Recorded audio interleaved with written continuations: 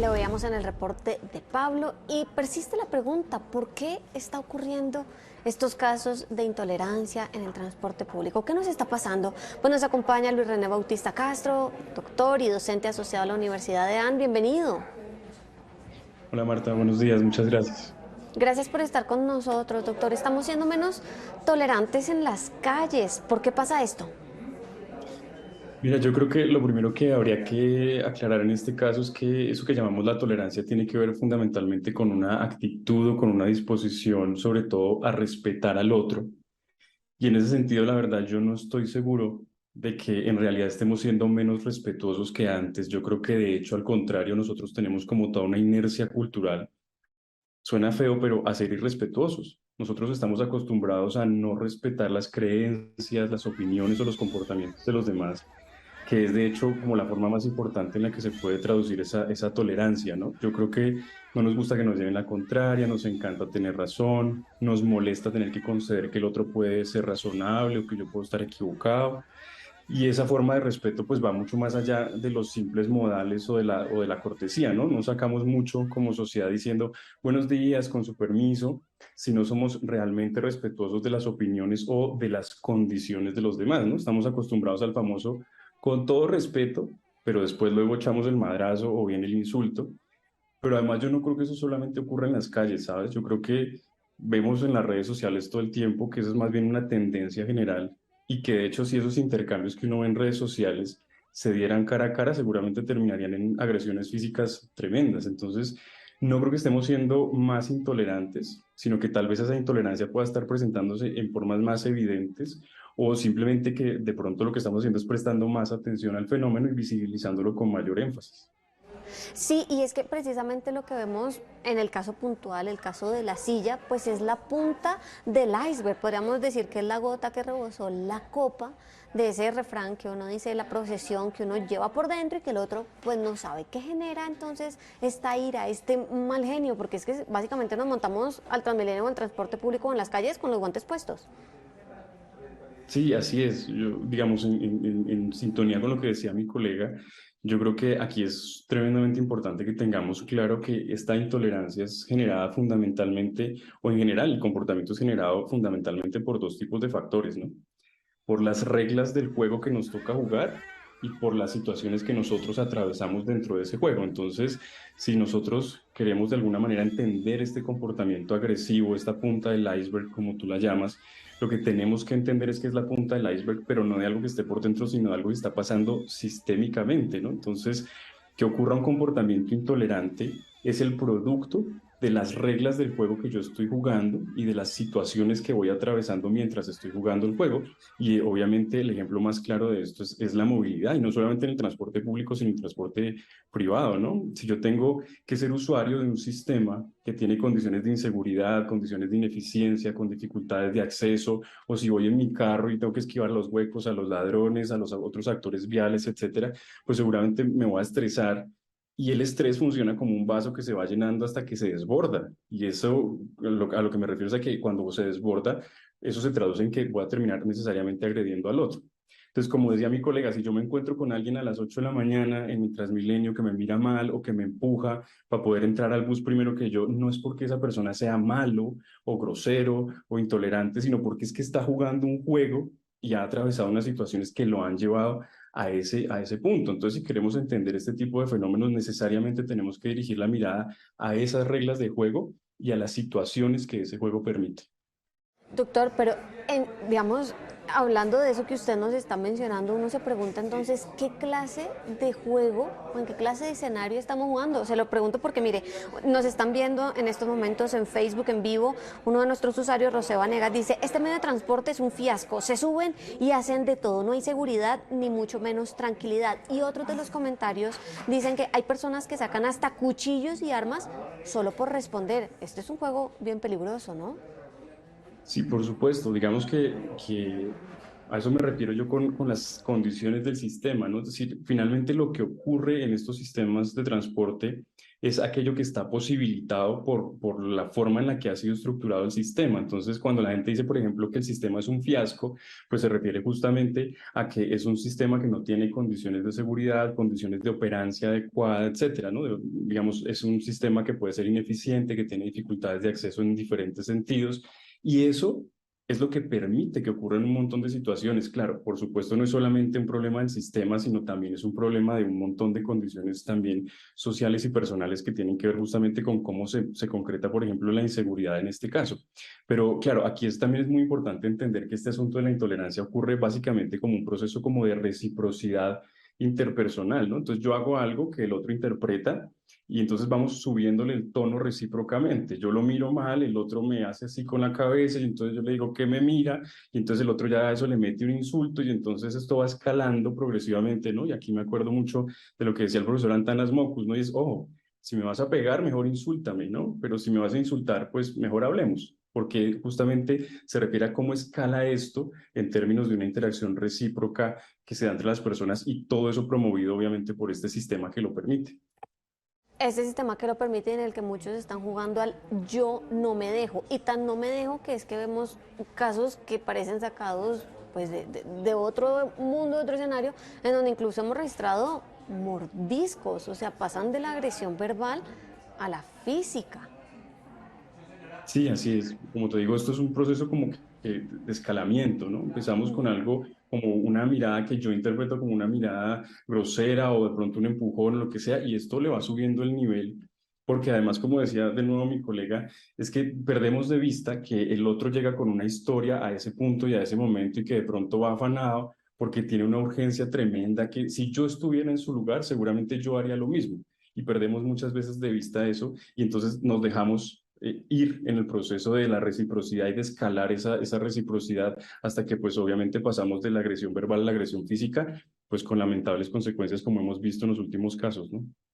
Y entonces ahí cómo podríamos hacer para, uno, no tomarlo personal, pero además para literalmente ponernos en los zapatos del otro, porque cuesta mucho, usted ya lo estaba mencionando, todos vamos de afán, tenemos problemas que el otro no debe o no tiene por qué saberlo, entonces cómo, pongámoslo desde el lado propositivo, ya sabemos el problema, ahora cómo podemos hacer la vida más fácil en estos escenarios donde se pone tan difícil.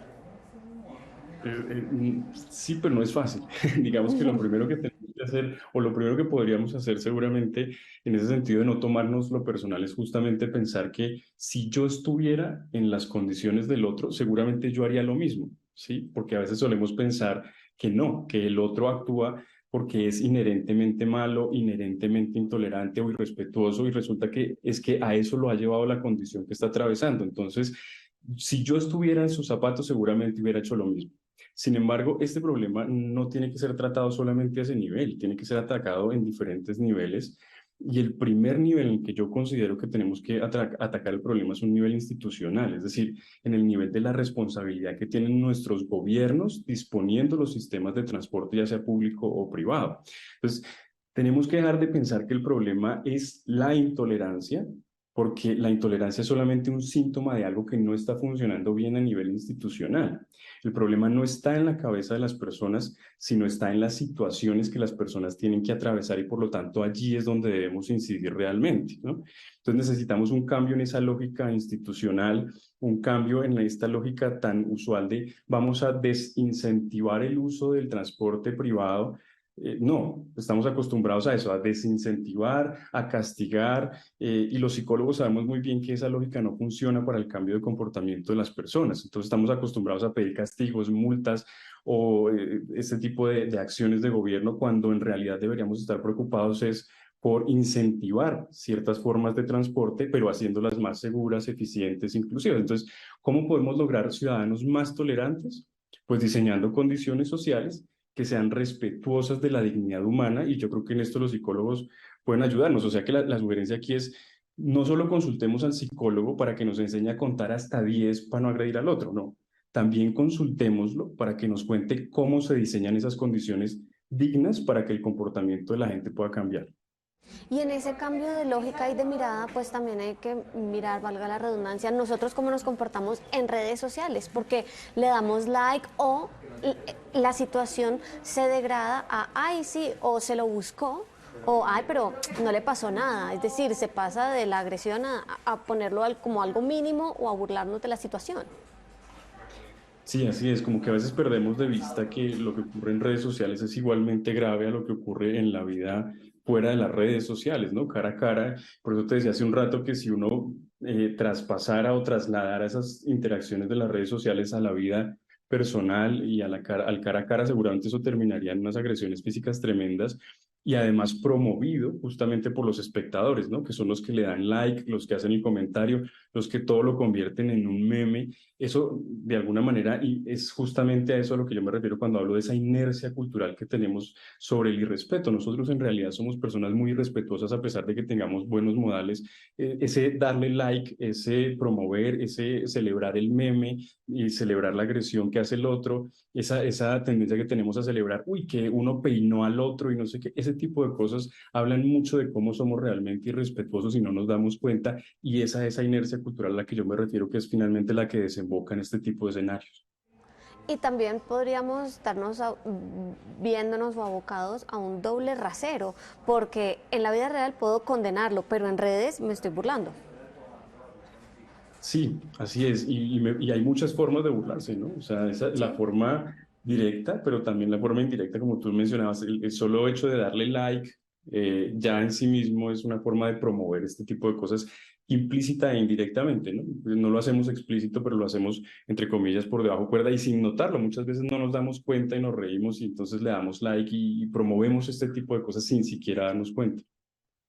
Vamos ese irrespeto del que usted nos ha estado hablando a lo largo de esta entrevista, doctor. Veíamos en el reporte de nuestro compañero Pablo Arango a una de esas personas víctimas de esta agresión, el episodio en concreto de la silla. Ella dice, a mí ya no me apetece montar en el transporte público. O sea, eso también deja secuelas, que no es solamente en el día, eso perdura. Podría desatar incluso otros escenarios, episodios para la persona, ataques de pánico, por Pues ejemplo. Pues imagínate nada más la cantidad de problemas que tiene la persona del caso, ¿no? O sea, Ujú. un problema de interacción personal se le convirtió ahora en una denuncia por racismo y pues digamos, en cualquier eh, cantidad de problemas en su vida cotidiana, ¿no? Independientemente de si tiene trastorno de pánico o no, ya tiene un montón de problemas que justamente son consecuencia de haber escalado el problema de esta manera y de que ocurriera la situación que ocurrió. Entonces, claro, en ese sentido el llamado es justamente a ser respetuosos, pero en el sentido mutuo, ¿no? Probablemente si yo escuchara la otra parte de la versión o la versión desde el otro punto de vista, seguramente si soy empático, puedo entender qué ocurrió en el caso y seguramente se puede mediar adecuadamente. El problema, como tú mencionabas ahorita, es justamente que tenemos un doble rasero y es yo valoro mi comportamiento con ciertos criterios, pero el comportamiento de los demás con otros criterios, a pesar de que sea el mismo comportamiento, y no veo y no me doy cuenta de que, de nuevo, si yo estuviera en los zapatos del otro, seguramente hubiera terminado actuando igual.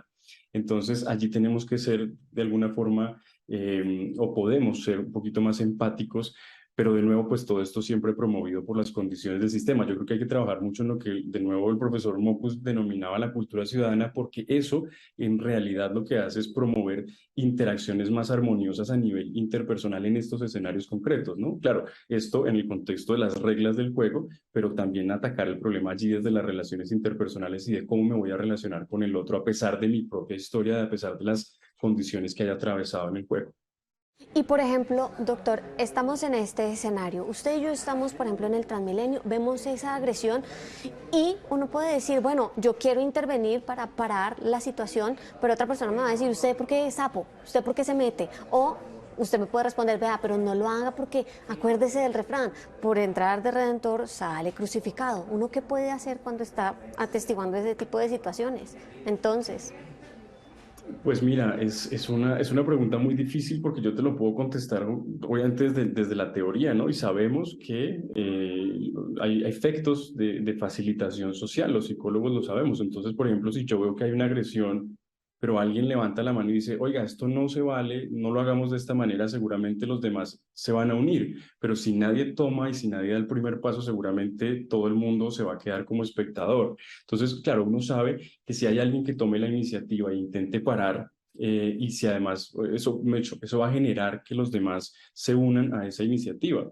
Y desde allí, pues es muy fácil decirlo, ¿no? ¿Qué podemos hacer como espectadores? Pues no reforcemos este tipo de episodios e intervengamos y tratemos de parar el episodio y no lo celebremos, no lo viralicemos, no nos pongamos con el meme y con la cosa, ¿no?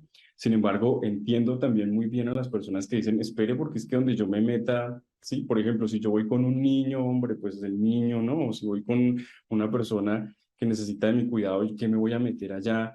Entonces, las condiciones personales son tremendamente diversas en esos escenarios, entonces decirlo simplemente así pues suena muy fácil, pero a la hora de hacerlo es muy complicado. De nuevo, en ese sentido, el sistema podría ayudarnos teniendo justamente formas de prevención y de promoción de buenas relaciones interpersonales antes de que ocurran este tipo de episodios, ¿no? No solamente que la policía esté pendiente de cuándo se van a agarrar, sino que haya campañas que promuevan formas armónicas de interactuar con el otro en este tipo de escenarios, que yo creo que sería como el escenario más saludable, entre comillas, para poder gestionar este tipo de problemas. ¿Y sabe con qué me quedo de esta conversación? Contar hasta 10. Eso nos puede ayudar a bajar los ánimos, bajar el humo y también la respuesta, ¿no?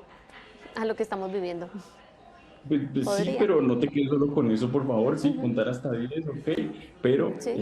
también miremos hacia las condiciones institucionales y miremos hacia las condiciones dignas para la interacción humana, eso es fundamental, porque a veces, de nuevo, como te digo, el parte del problema es que le atribuimos el problema a la persona y nos descuidamos de los otros tipos de factores sociales que son tremendamente importantes y sin los cuales no va a cambiar. Claro que sí, muy importante esa recomendación final. Pues al doctor Luis René Bautista, docente asociado además de la Universidad de AN, gracias por haber estado con nosotros. Bueno, a ti, muchas gracias. Gracias por este tiempo.